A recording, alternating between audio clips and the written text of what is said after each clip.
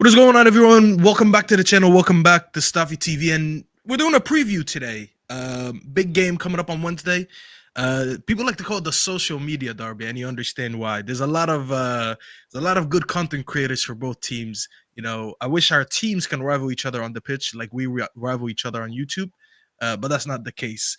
But I got my good friend Den Pulse with me today. It's been a while since you've been on the channel, but welcome back, and it's nice to have you, bro. Nah, come on, bro. Pleasure. Always good to jump on with you, mate, and share content with you. I know you've been on my channel a few times as well, so it's nice to join and talk about this one. This is a proper rivalry, man. People talk about Arsenal, Spurs, and people talk about Liverpool and City and all this rubbish. Man United and Arsenal goes back a lot longer than all that stuff, man. So it's always a big game. It's always one of the fixtures I look out for, man. I can't lie. Yeah, and listen, I'm happy that you mentioned that because I actually want to get to the point right away. Obviously, I live across the ocean. Okay, I'm across the pond. I don't get what I don't get that feeling of being at these games. But obviously, I know you're a match going fan. You're a little bit older than me, so you probably watched a lot more of these fixtures. Not probably, you definitely watch a lot more of these fixtures over the years than me, and you get what it is to be in that rivalry back in the day. Arsene Wenger, Sir Alex, Patrick Vieira, Roy Keane, you know what it is when we were competing for titles, when we were both at our pump. And as a match going fan, I mean, it's not quite the same as it was about 20 years ago. But how does it feel to you when I'm assuming you're going to the game obviously on Wednesday? But how does it feel to you to be at this game, and what does that game mean to you?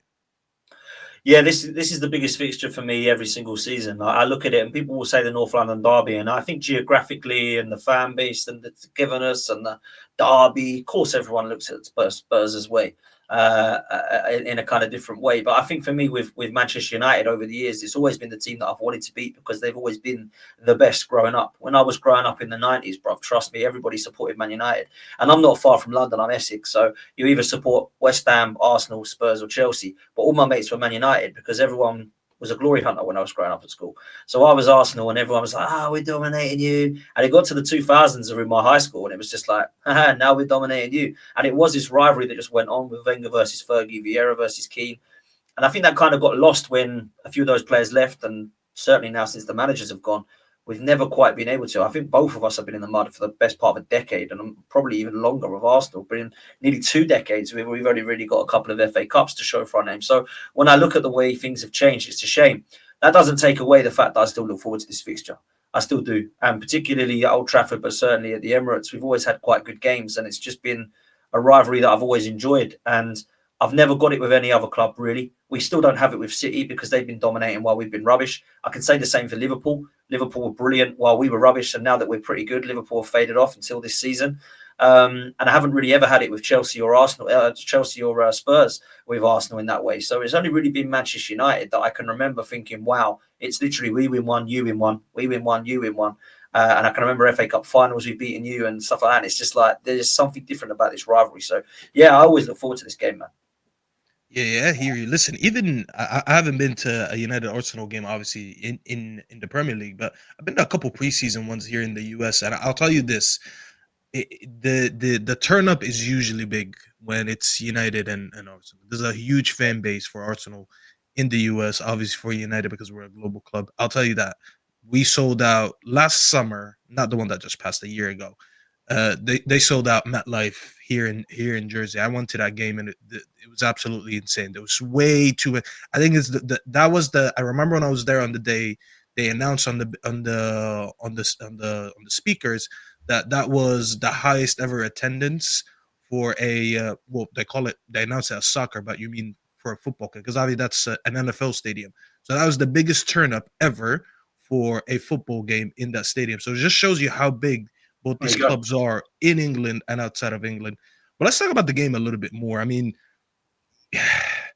it's a tricky one. I think we both look at each other, and about 2 weeks ago, it would have been a better time to face each other.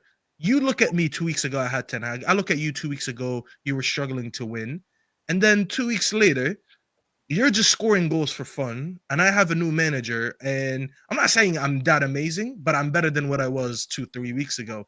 And it's one of those weird ones where you're looking at each other like, yeah, I wish I faced this team on the form they were on 2 weeks ago. how do you feel going into this game? I mean, especially with the goals that as I said, you've been scoring goals for fun. I think, what was it? 5 against West Ham, 5 against Sporting, and I think you had like three. I don't even remember. See, Yeah, it's three so against Forest. funny. Yeah. Yeah, there you go. 3 against Sports. How do you feel? How do you feel about that? Look, 2 weeks ago, I would have loved to have played Manchester United. I thought Ten Hag was a fraud. I thought he was a joke. And I understand that he won 2 trophies, but let's just be real. You need to be competing in the league as well as winning trophies. For me, you need to be winning trophies is what it's all about, but you need to be competing alongside that. And you were winning the trophies, but not competing, and we were competing and not winning the trophies. So to be fair, it was kind of like, let's be real. 2 weeks ago, you would have loved to have played us because we were losing to Inter Milan and we couldn't beat Chelsea and we were losing to Bournemouth and Newcastle.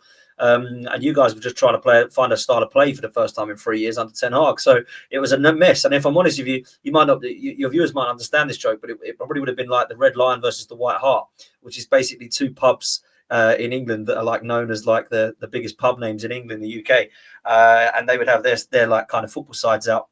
That's how bad they would have been. So I think it would have been a potentially high scoring game, a bit of a mess, if I'm honest with you, Ten Hag and the Arteta of the last few weeks. Now that Odegaard's back, things have changed for us. And now you've got Amorim in, you can see quite clearly and quickly that things have changed. I mean, you can already see a style, whether you like that style and you think it's going to win you something, different question. But you can at least see what he's trying to do. I couldn't see what Ten Hag was trying to do 3 years in.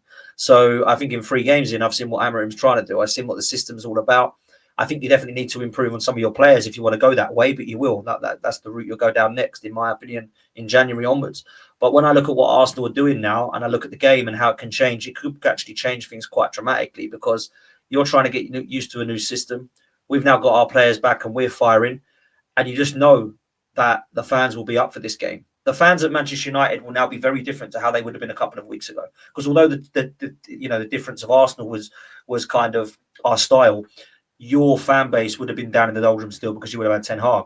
Now it's like manager bounce, just come off with some goals, know what you're about, look at trying to change it, and let's see what Arsenal turn up because actually we're not used to this at all. And Ruben Amorim actually beat us the last time we played each other over 2 legs against Sporting Lisbon. So I think there's definitely a lot of Man United fans that'll be excited about this one. So I think it'll be a really good game. Yeah, I agree with you. Listen, a lot has changed over the last 2 weeks for both our teams for different reasons. As you mentioned, just Ten Hag not being there and getting a new manager as a rival, you could see the difference. You can clearly tell that we're nowhere near it yet, but you can tell the difference. You can tell the difference between someone who's actually trying to do something different and managers that's been there for his third season, and it just seemed very clueless on the pitch. But I guess I'll explain a little bit, I guess, of what we've done over the last 3 games, because I'm sure you're also interested to know, like, what kind of Man United should you expect to turn up on the day. But I want to ask you first, what happened for you guys to kind of like switch up like that? Because Mm. because I remember I did a pod with you a couple weeks ago on your channel, and I mentioned that yes, Odegaard is missed. I was never dismissing that, but I thought it was more of the type of recruitment that you've done over the last 2 summers and the way Arteta was trying to move forward with this team was a reflection of how negative you've been on the pitch. But it seems like since Odegaard came back, everything looks like the old Arsenal again. The Arsenal that just wants to outscore teams, that wants to put 3, 4, 5 goals every game. And I don't think I've seen this Arsenal for about a season and a half. And Mm. it is my question to you: is it just Odegaard, or is it? And I've heard this from Arsenal fans, especially content creators that you work with, they're saying something about Arteta likes to start the season a little bit more pragmatic, and eventually he kind of lets his hands off the handbrakes. Like, do you agree with that, or how do you explain it? So there is an element of that. Last season, if you remember, we weren't playing too far off what we were doing in parts of the games in this time last season. The difference was the fixture schedule was a little bit kinder to us last year. This year, we've been seeing to be flying everywhere, going away games. We've actually now, Staffy, from today onwards, don't leave London until mid-January, where we go to Brighton, which is Yeah, only 2 hours down the road, and then it's Wolves, which is only 2 hours down the road, and then we actually fly to Girona towards the end of the January. So from now until the end of January, we literally go to Birmingham, Brighton, and Spain. That's it, and we stay in London for the whole time. Away from home, it's London, Palace, Brentford, Fulham, all these games. So that's got to be a good thing. When I look at taking the shackles off, Mikel Arteta has definitely done that. I don't actually think he wanted to this early, but I think because the damage is done now, we have to. And the season that we went 22-23, where everybody thought Arsenal were in a top four race, we found ourselves in a title race. We found ourselves 8 points clear by playing the best scintillating football ever, and we run out of gas. And instead of him looking at the summer and going, right, why did we run out of gas? Let's not change the style. Let's add some quality so we can actually rotate a bit. He then thought, let's just add a few pieces to the puzzle. I'm going to completely change things. I'm going to go a little bit more rigid. We're going to be more compact. We're going to be harder to beat. We're going to be resolute. And in some games, it works out. And actually, it's not so bad when you're winning 1-0 or 2-0. The problem is, ask Antonio Conte and David Moyes, when you don't win and you play that way, it ain't pretty to watch. And we were getting down that stage where we were just flinging balls into the box against Milan and hoping for the best, doing the same against Bournemouth, doing the same against Newcastle, and actually it weren't working. So I think now he's resorted to go and take the shackles off and actually playing a little bit more attacking. Add that to Martin Odegaard coming back, and add Timber being playing at right back now, who, by the way, is levels on Ben White, and I love Ben White. But Timber is phenomenal at right back, mate. He is How absolutely good has elite. he been actually while you're on it? Because Oh, I'll be honest with you, I did a stream on Bleacher Report 2 weeks ago when you guys faced Chelsea, and I did a combined 11, and I didn't put Timber. I think I put Gusto, and that upset a lot of people. A lot of people in the comments were really angry with me, and it's ever since they're still talking about him. Has he been that good? I'm not gonna lie. I've watched Arsenal a lot, but it seems like I'm missing something here. yeah, so it's probably because he's been played all over the place this so far. He started off at left back, and he was a player that actually played there before his injury last season and looked really good. And everyone was excited by him because he was our best in pre-season. He was man of the match in the Community Shield with Man City, sorry, on penalties. And I thought, yeah, this is going to be actually quite interesting to see what he does at left back. I didn't see this coming. Then he got injured, and when he came back in pre-season, he was playing right centre back, left back, a little bit of right back. Ben White come back into the side. Partey was playing there for a bit, so he was playing at left back. Calafiori and Zinchenko haven't been injury free. They've not been injured, sorry. So he was playing left back again, and he was phenomenal there. And the last 3 or 4 games, we've seen him at right back now that Ben White's gone out for this surgery. And he has been our best player in every single game, mate. He has lit up every single part of that side of the pitch. And he's flourished the likes of Odegaard and Saka, because people have said Odegaard's back and now it looks great. Well, Partey's been really good and Timber has been really good, but no one's talking about those two. Those two need to play well for Odegaard and Saka to play well, and they both have. Forget like Saliba and Gabriel, not anybody on that left-hand side. Forget Havertz even. Just take a look at what Odegaard and Saka are doing and who's behind them. And Partey is that guy who's keeping everything kind of simple, brilliant in transition. But Timber, mate, I tell you what, he is going to be. He has everything in his locker to be one of Arsenal's best ever fullbacks. Like Yeah, he is listen, that good, man. I remember it was 2 summers ago when we tried together. He was actually our first option, if you remember. Mm. And then Louis Van Gaal. Listen, the less I speak about Louis Van Gaal, sometimes the better. But because of him, we missed out on Timber, and we eventually went for Lissandro, who I'm not gonna lie, I'm kind of a little bit on an opposite opinion here than the remainder of the fan base. He's a fan favorite. I'm not a big fan of him. I'm not his biggest critic, but I'm not as big as a fan of him. He's out on Wednesday, right? Who's He's that? suspended. He's Lissandro. suspended, Yeah, actually. yeah, Yeah, yeah. yeah, See, another reason why I'm critical of him, because he does these things, and I guess this is a good segue to talk about United a little bit, because he's suspended, Manu suspended, and you know what's frustrating? It's that both of them were on yellow cards.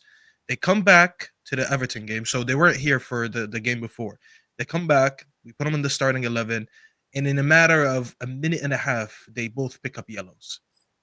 In a minute and a half. Not. It's just like it seemed like it was deliberate. Obviously, it's not. But I'm just looking at. It, I'm like, are you guys stupid? Like, you're the only two that are at risk at missing the game, and you do it on back-to-back fouls. One of them, Manu, I'm not sure if you watched the game or not. Manu gives up the ball in like a dangerous area, and then just pulls back the Mm. attacker so he doesn't run at goal. And then the attack right after, Martinez is running, chasing Beto, the striker, and he just clips him from behind. And I'm like, these are just silly fouls that we did not Yeah. need. We forced these fouls, and then we picked up yellows. And you guys are both essential for the Arsenal game, which I think is going to be the toughest game in the season for us. I'll be honest. Bar when maybe we go to Enfield, depending on what form they're in and what form we're in. This is what I think is going to be the toughest game of the season. And they go and do that. And it was a bit frustrating for me. But I guess we got to deal with it. It is what it is. The only thing we can do now, obviously, is carry the form that we've had over the last 3 games into this game. Which, listen, it hasn't been amazing, but that's 3 games without a defeat for Amarim. Before that, there was 4 games with no defeat for Ruud van Nistelrooy. So we're actually undefeated in our last 7 games. Mm. And listen, it's not amazing, but trust me, it's a lot better than anything we would have had under Ten Hag going into this game. Because I'm sure you were licking your chops waiting for Oh that yeah. for Ten Hag to come to the Emirates. You know, it would have been amazing for you. But what do you think about Amarim so far? From I'm not sure if you watched a lot of United, and if you did, but what are your thoughts about the little spell that he's had so far? Just 3 games in. Yeah, so first of all, I'm a huge fan of him. I think he's a fantastic coach. I think he's a great man manager. I think he's a very um, tactically astute coach. I think what he's done at Sporting Lisbon, the records are there. I think a lot of people said when you were linked with him, oh, this is just another Ten Hag. It's not comparable what he's done at Lisbon to what Ten Hag did at Ajax, in my opinion. This is the equivalent of, Manchester City and Liverpool getting outdone for the league, and the equivalent of let's just say a Tottenham goes and wins the league. Like that's what Ruben Amorim did with Sporting Lisbon, because they were nowhere. They should not have been winning what they were winning. I think the way that he's played and some of the players that he's brought through and that now are being spoken about as some of the best. Obviously, we've had unbelievable players that come from Sporting Lisbon over the years, but through Amorim, we've had quite a few. Ugarte's been one of them. You look at Diamande there at the moment. I know he had a bad game against us, but I think he's a rock solid defender. Gyökeres goes without saying. I think Pedro Gonçalves, to be fair to him, scored from the halfway line against us and was superb. So they've had some brilliant players. What I've seen in the last few games that's impressed me is I think what he has done is he's quite quickly worked out who's in and who's out at Manchester United, and we saw some of the ones that don't need to be in against Ipswich, if I'm honest with you. What he's then done is I think he's managed to implement a system that is going to take some time, but actually he's going to stick by that. I think this 3 at the back thing will actually suit Manchester United, because I do feel like that's what they need to balance out their midfield a little bit better, because I think they've struggled to balance that midfield out for a while under Ten Hag. And I think that he started already to show a little bit of belief. Now, I don't think the players are good enough. I've got to be real. I think there's quite a lot of players there that need upgrading upon. I think there's a lot of players that have just, I think, had enough of their time at Manchester United to prove that, to everybody that they're not quite ready. So I think that you will upgrade on them. And I think what's interesting now is this new structure has proven that it's ruthless. That it will go and it will nick Sporting Lisbon's manager. It will go and put them in there, and he will say, "We'll play your system. Let us know who you want. Let us know who you don't want, and we'll get rid of them." And I think that's what you're going to see at Manchester United, and that's what you've needed for a long time. So that's what I would say is probably dangerous when I look at Manchester United now. And I think the last thing, the fans are now excited again. That's been a long time, Staffy. You guys have been depressed. It's been like, meh, Ten Hag, yeah, we won a few trophies, but come on, this guy's awful.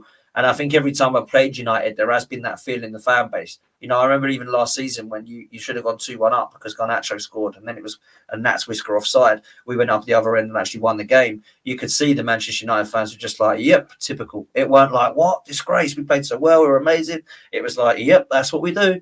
And I don't think you'll be like that anymore. I think that will change now under Ramron. Yeah, yeah. And listen, Amarim, he spoke about that after the Everton game yesterday. He did a little cheeky thing in the press. I'm assuming there's no reason for you to watch obviously Emira's press, so I'll give you a little bit of spoiler. He just sat there, talked about the game, and mind you, I'll let you know, like the difference between his presses and Ten Hag is night and day. The way he's so honest with what he says, and he kind of come out and say what he needs to improve on, versus Ten Hag, who used to throw meaningless stats and XGs and remind us every 2 minutes that he won 2 trophies instead of talking about the game. It's actually very refreshing.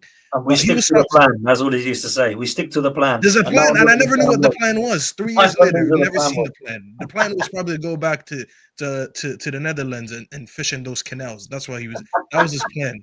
That has to be it, bro. But Amram was talking this, and he was talking about the things that he's done well in the Everton game and the things that we were a little bit lucky with. And then what I liked at the end, as he's getting up and he's walking away, he says, "We can do that against Arsenal also," and then he just walks away. And I was like, I kind of like that mentality that Yeah. he's taking the good things that he's done in this game, and he thinks that he can get his players to replicate it in the next game. Obviously, the difference between Everton and Arsenal are night and day, because you guys are much better quality. You don't play similar football. You set up a lot better. You have a much better manager. Everything about that game is going to be different. But what I like about it is that he has that confidence to go and get his players to do all these things that they've done right in the past couple games and do it again. It fills me. I'm not gonna say it fills me with confidence because I'm not really confident going against a good Arsenal team, but it fills me in confidence towards him that even when maybe I have doubt, I'm gonna trust you that maybe you can get a result because I don't have a lot of expectations going into this game, and rightfully so, because that's the respect that I have to your team right now. Like I have to be realistic with where I'm at versus where you're at, and you guys are in a better place than us in terms of everything, honestly. You know, so I like that about him, and I hope that he goes into that game, and when I sit there and I do my watch along, and I just want to see a good game, maybe not have my expectations high. Hey, maybe leave with a point. I don't expect that, but maybe you can get that. You know, I'm not gonna say that we're gonna win, but hey, imagine we leave with the 3 points. That's gonna fill me and the rest of the fan base with more confidence. So it's all going well at the moment, you know, but we'll see what happens. I guess the last couple of things before we obviously mention the predictions. Um, who I watch a lot of Arsenal, so it's not like I know who Arsenal are. But what should I look out for the game? You know, what's the main thing that you think will trouble us, especially with the way that United play? So specifically that game, you think you can hurt us in certain places, in certain areas, stuff like that. Yeah, I think our right hand side is so dominant. I wouldn't say we're lopsided. We're just a hell of a lot stronger on the right than we are the left. And Erdegaard and Saka. Not to cut you off, I that's the last thing I wanted to hear because our left hand side, I'll explain that in a minute, brother. It's not good. It's not good Well, at that's what I all. like to hear, man. Because I know you've got Luke Shaw, I know you've got Rashford, I know you've got some of the guys that are, Oh you know, my going to be god. in there instead of Lisandro and Kobe Manu. But I look now and I think the right hand side, if you could try and keep that quiet, you've got a chance of taking something. If you ignore that and just kind of respect the whole of Arsenal without looking at concentrating on Saka and Erdegaard, then it could be, you know, a good couple of early goals. You know, we've dominated most of the last three teams in the first half. The game's been done. Like, let's just be real. We beat Nottingham Forest 3-0, and the third goal was extremely convincing to kill the game off. But in the first half, we were 2-0 up and we were absolutely flying. Against Sporting Lisbon, it could have been, it pretty much was over at half time. I think it was 3-0. And then obviously against West Ham, it was 4-0 in 36 minutes. So we're going to come out flying. The thing with Amorim is he also does the same. If you think about Manchester United, they've scored early in all of their games so far that he's been the manager of, right? So when you Three look at it, times, they yeah. come out, Scored in the yeah, first they, first minute of the first two games, and against everything, we didn't score in the first minute, but we scored in the first minute of the second. yeah, yeah, and I'm sure it was, yeah, exactly. So it was really quite kind of off the blocks and come quick off the blocks. But I will say this: I do feel that if you try to keep that right hand side and become obsessed with it, then there will be opportunities down the left as well. We are getting better down the left. It's nowhere near, if I'm honest. Declan Rice, Martinelli, and Calafiori are the three that we're using at the moment in that kind of left eight. Where Declan Rice is, where I still don't really quite like him. Um, so I feel personally like there's an opportunity for you to try and keep us quiet down that right, and it might stifle us. But I still think we've got too much quality for you down that right hand side. I look at Rashford; I'm not too fussed by it. He'll probably score against us like he likes to do, but I still don't think that he'd be absolutely dominating. Also, I look at what Luke Shaw is about, and I actually think it'll probably go in your favour in a three at the back with Luke Shaw playing in that kind of left defensive role. So, yeah, maybe there's an opportunity there, but I think that's our main threat, mate. Is Saka and Odegaard and Timber down that right hand side? It's looking phenomenal right now. Yeah, no, I agree with you. And the way that we set up while we're at it, I mean, obviously we mentioned Martinez won't be there, Mano won't be there, so we have that headache of filling up these roles. I think Shaw's the more obvious one to fill in for Martinez, so I think we're all in an agreement on that. The midfield one is going to be tricky because we've tried a lot of midfields, and to be fair, with the injuries that we had and all the players coming back, Amarim has been forced to rotate a lot. And to be fair to him, it's been working. And he talks about managing minutes and managing injuries. So I understand where he's coming from. So it's going to be hard to predict who starts that game. But the midfield with no Menu there, not having a progressor, it's kind of a worry for me because I don't know now who starts. I know Ugarte needs to be there, and I'm praying. Listen, Ugarte, I was not a big fan of the signing in the beginning. I didn't think he fit a midfield three, but the way we set up our midfield now with a double pivot, since we're playing three in the back, I think he's going to be essential for that role. And if he could just do a job on auto guard, it gives us a chance in that game. It really does. He needs to have one of those games. He needs to have that classic Ender Herrera versus Mm. Eden Hazard game where he just followed him everywhere. If he went to the toilet, he was gonna chase him there. So he needs to have one of those games on Odegaard. Saka, I'm gonna be really honest with you. I don't think we have an answer for him. I'm just hoping he doesn't do too much damage because I've seen him for years cook what he does to Shaw every time, barbecue chicken every time. And it's crazy because they're mates, they're best friends. So I need for them to be best friends. I need Shaw to message and be like, bro, take it easy on me because you cook me every time we play each other. So that's that side I'm really worried about. I will say I'm a little bit more confident on our right hand side because Ahmad has been our best player. He's been in form. Yeah, I He's agree. been playing right wing back, and he has the most. How many GA does he have in the last 3 games? He started 2 of the last 3, and he has 3 assists. So imagine if he played in more advanced positions. And to be fair, they showed the heat map from yesterday's game, and the majority of the time he spent was in the Everton's half. So he actually wasn't playing deep at all. So if we are to do any damage, it's probably going to be down his side. I don't know who is he going to combine with because we've seen Bruno play in the 10, but I think now he's forced to play a little bit deeper since Menu's not there. And that leaves me with Yeah, who I doubt would as well. Did they say Bruno was a doubt, or did I read that somebody come off or something? Bruno? No, he came off, but we just rotated a lot of players. He's fine. He Okay. didn't take a Yeah, knock I or saw anything. his judges said, "Oh, I've just read that Bruno might be out for the game against us." I said, "Oh, really? Wow." Maybe I don't something know. happened today. I didn't see that because I checked Maybe, some. maybe not. I wouldn't quote me on it. I haven't looked myself, but I just heard judges say it, and I thought, "Is that for real?" Because that would Yeah, be a blow for you, sort of thing. Mind you, I he know like rarely ever misses games. I'll be honest with you. Even if he has a bit of a knock, he'll still try to play through it. And we need him to play. I'm not gonna lie because I can't have a midfield of Ugarte and Casemiro. It's just not good enough. There's no Paul Christian in it at all. But we'll see who combines. I think it's gonna be interesting to see who starts up front. Because if this was a Ten Hag game, I would have been able to name you the 11. But now since Emram's come in, I can't tell you who starts. I really can't. We have Hoyland starting one game, bagging a brace. Then he mm, doesn't play any minute the game after, but then Xerxes bags the brace. And then we have Garnacho playing in the 10, and then one game Rashford's in the 10.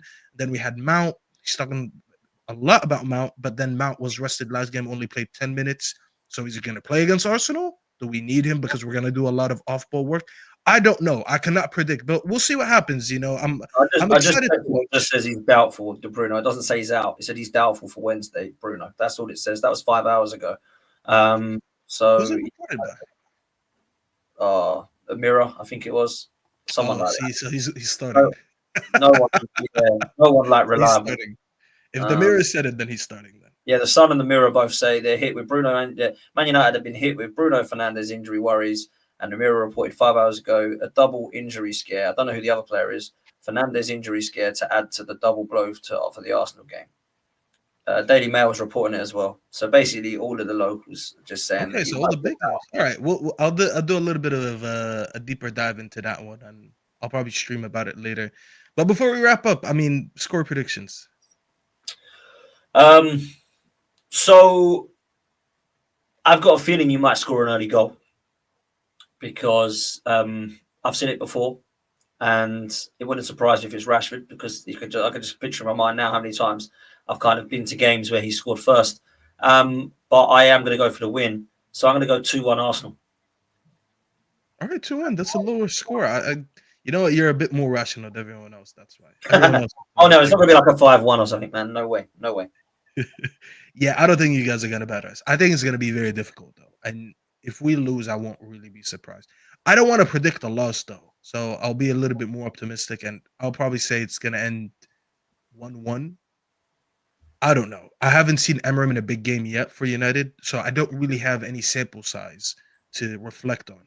You know, I'm just gonna assume that he's gonna keep this team resilient as they have been working hard, keep a good shape. And I kind of trust the players a little bit more now than I did a couple weeks ago under Ten Hag. So I'm good with that. I wouldn't be surprised, as I said. Arsenal are a very good team. You guys are in very, very, very good form. You want to catch up with Liverpool now because you're a bit behind now. Yeah, So you have more of a chip on your shoulder than us.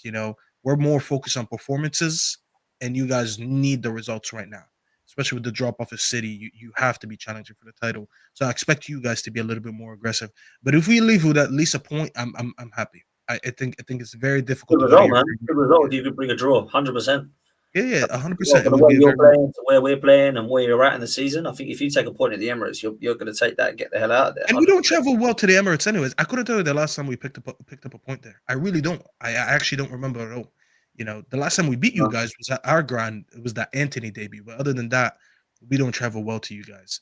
You know, no, but I we'll see agree. what happens. Listen, everyone who's watching us, make sure you smash a like on the video, subscribe to the channel if you haven't yet, and check out Potts' channel. His channel is in the title. So whenever this drops, make sure you check him out. And if you haven't seen his channel before, subscribe to it and let us know your score predictions in the comments right now. Potsy, anything you want to go before?